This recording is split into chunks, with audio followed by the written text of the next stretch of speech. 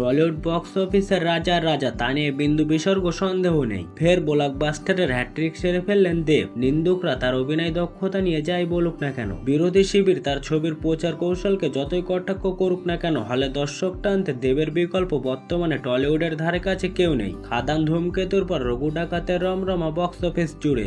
এবার পুজোয় বক্স অফিসের সম্মুখ সমরে নেমেছেন ইন্ডাস্ট্রির রথী মহারথীরা। রঘু ডাকাত হয়ে আবারও বড় পর্দায় অবতীর্ণ হয়েছেন দেব। ইতিবাচক নেতিবাচক মিলিয়ে ছবির নানা প্রতিক্রিয়াও আসছে। তবে বক্স অফিসে ইতিমধ্যেই ভালো সাড়া ফেলে দিয়েছে ছবিটি। প্রথম থেকেই ব্যবসার অঙ্কে চমকে দিয়েছে রঘু ডাকাত। রিপোর্ট বলছে পুজো জুড়ে বক্স অফিসে রাজত্ব করছে রঘু ডাকাত। সূত্রের খবর অনুযায়ী মহাষ্টমীতে প্রায় 1,07,00,000 টিকিট বিক্রি হয়েছে রঘু ডাকাতের। নবমীতেও ক্রেজ কমেনি দেবের ছবির। এদিন টিকিট বিক্রি হয় প্রায় 1,20,00,000। পুজোর শেষ দিনে দশমীতেও বক্স অফিসে রঘু ডাকাতেরই রমরমা রইল। প্রাথমিক রিপোর্ট বলছে দশমীতেও 1 কোটি ছুঁয়েছে রঘু ডাকাত। এর সঙ্গে সঙ্গে কোটি টাকার হ্যাট্রিক করেছে এই ছবি। জানা যাচ্ছে প্রথম এক সপ্তাহে 4,88,00,000 টাকা আয় করে ফেলেছে রঘু ডাকাত। 8 দিনে 5 কোটির মাইলফলক ছুঁয়ে ফেলেছে দেবের পুজো রিলিজ। যদিও এখনো পর্যন্ত ব্যবসার অঙ্ক নিয়ে মুখ খোলেনি প্রযোজনা সংস্থা।